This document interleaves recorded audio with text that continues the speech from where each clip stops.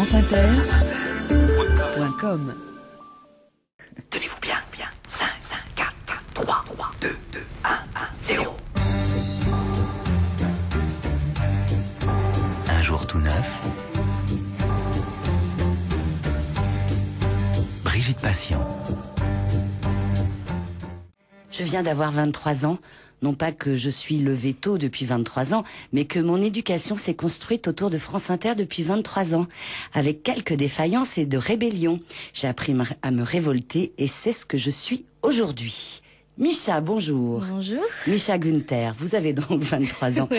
Vous l'avez écrit, cet extrait de votre lettre, je l'ai bien aimé. Je voudrais juste savoir, pour commencer, quelles sont ces défaillances et rébellions dans votre éducation qui s'est construite autour de France Inter.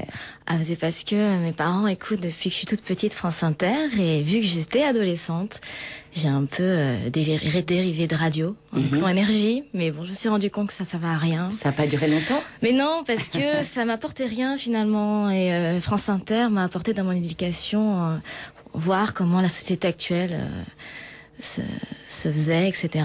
Et c'était pour moi plus bénéfique. Vous n'êtes pas allé du côté de la radio qui s'adresse aux plus jeunes de Radio France, le Move? Le Move, non. Ben non, j'y ai pas pensé. Pourtant, il y a de la musique rock, celle qui, enfin rock, ouais, plutôt folk. Vous aimez la musique folk? J'écoute de tout, hein, sincèrement. Hein. Je peux passer du classique à la techno, sauf le rap. J'avoue, le rap français, j'ai un peu de mal. Mais non, mais j'aime beaucoup la programmation musicale de France Inter. Je trouve qu'elle me parle beaucoup. Et il y a toujours des nouveaux artistes ou des artistes que je ne connais pas, anciens, que je trouve très intéressants. Donc voilà. Vous écoutez à certains moments ou c'est une radio qui est toujours là dans votre petit appartement ou grand appartement, je ne sais pas. Petit, on va rester modeste. Non, je me lève le matin, j'écoute France Inter. Quand j'ai besoin d'écouter la radio, j'écoute France Inter. C'est resté comme ça.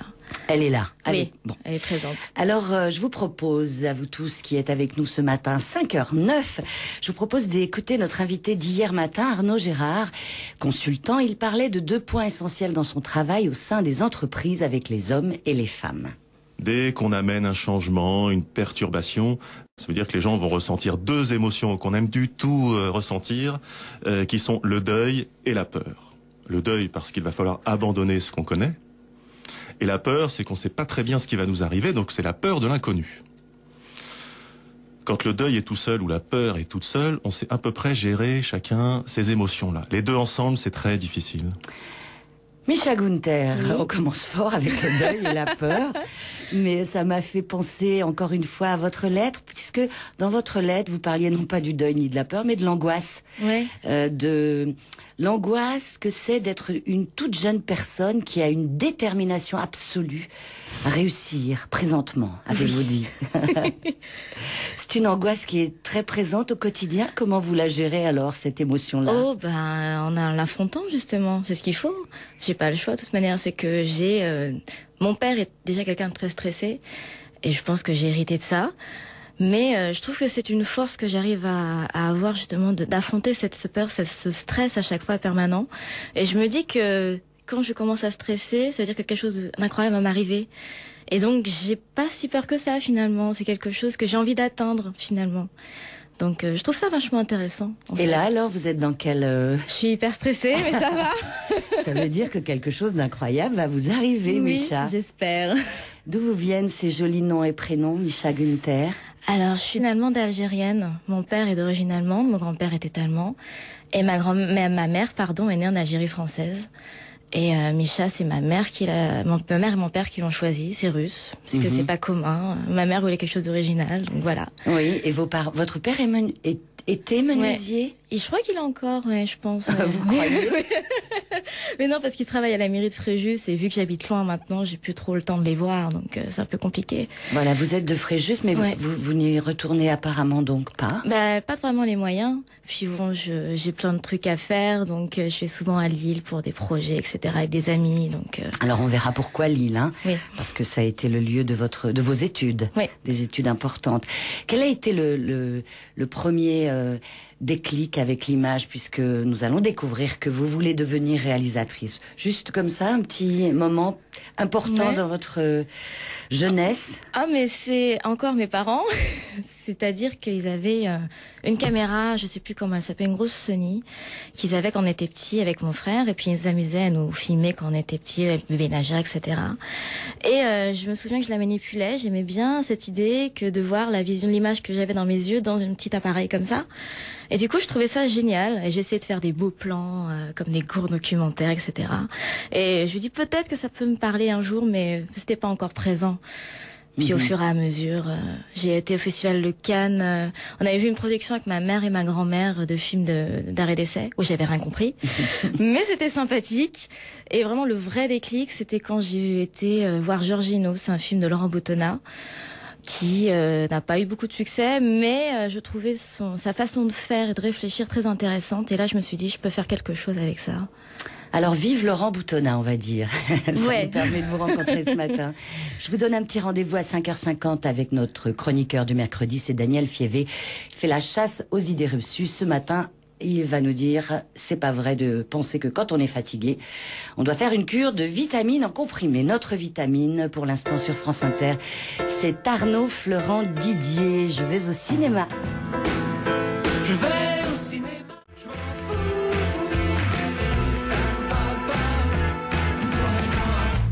Maman était quelqu'un d'absolument exceptionnel. Ce qu'elle m'a légué, c'est le goût du travail. Je l'ai toujours vu travailler et je crois que j'ai gardé ça en moi. Daniel Berlion, le 2 novembre, qui nous faisait les éloges de sa maman.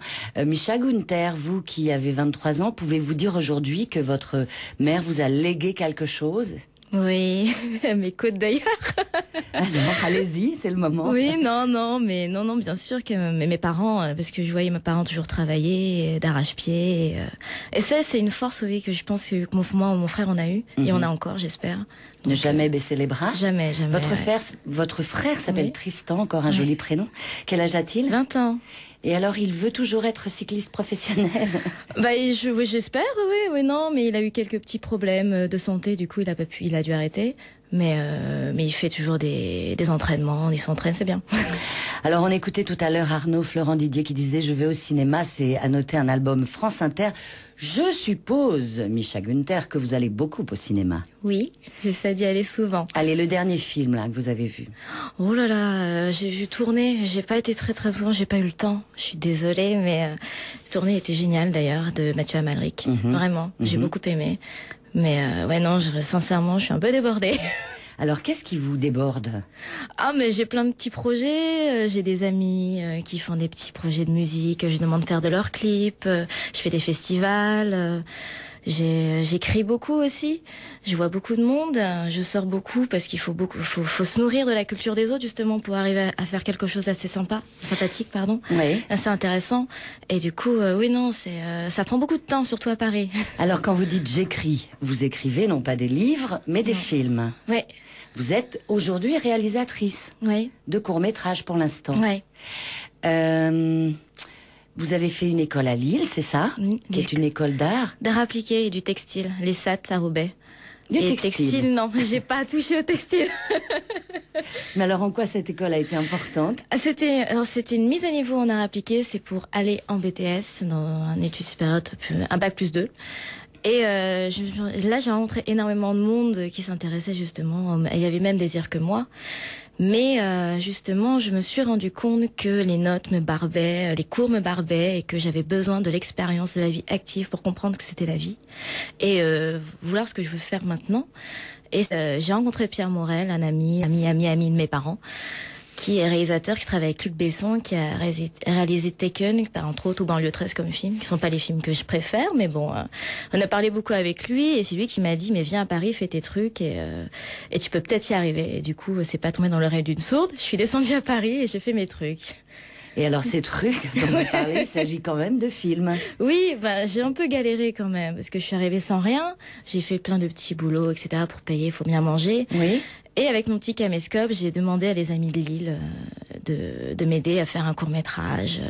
J'ai rencontré un producteur qui n'a pas produit celui-là, mais qui m'a beaucoup aidé pour l'expérience que j'ai faite, parce que il m'a engagée en tant qu'assistante réalisatrice, etc. Et du coup, j'ai beaucoup aimé. Oui, vous et je me n'allez nourris de ça. Oui. tout en faisant des courts-métrages pour vous former, vous former à la réalisation. J'imagine que vous allez aussi passer comme être assistante réalisatrice. Avec quel réalisateur vous aimeriez travailler? Laurent Boutonnat. Bon, le message est passé. Non, mais il y en a beaucoup. J'aime beaucoup Eugène Cunen, surtout Christophe Honoré. J'aime beaucoup ce qu'il fait, vraiment. Et il y en a plein. Yann Cunan, ouais. Évidemment, il y en a. Je sais plus là. Mais ça va me revenir. Mais... Et c'est quoi cette obsession, oui, avec Laurent Boutonnat? Mais je sais. Imaginez, il est 5h22, on se réveille, on boit son café, on est dans sa voiture. Peut-être qu'on ne connaît pas tous Laurent Boutonnat. J'avoue. Alors, dites-nous. Alors, Laurent Boutonnat, c'est le monsieur qui a lancé Mylène Farmer. Voilà. J'avoue, n'est pas qui passe pas beaucoup à France Inter, voire jamais, mais c'est pas grave. Et mais non. vous l'aimez? Oui, mais surtout sur ses débuts. Parce que c'est vous que forcément la musique change. Hein. Mais c'est quelqu'un qui a introduit le clip-métrage même dans la musique, dans le monde, qui a entré la musique dans le monde du cinéma justement. Et justement, j'aime beaucoup sa façon dont il a fait, sa détermination dont il a voulu... pour arriver où il en est maintenant, c'est-à-dire il est parti de rien et il a fait comme moi, un peu, enfin, je fais plus comme lui plutôt, le tour des petites boîtes de production, etc. Et on y croit, on y va, et puis on s'en fiche des autres et on fonce. Allez, on fonce avec vous, Micha Günther, jusqu'à 6h. C'est un jour tout neuf. Un jour tout neuf, Brigitte Patient, 01 56 40 45 45.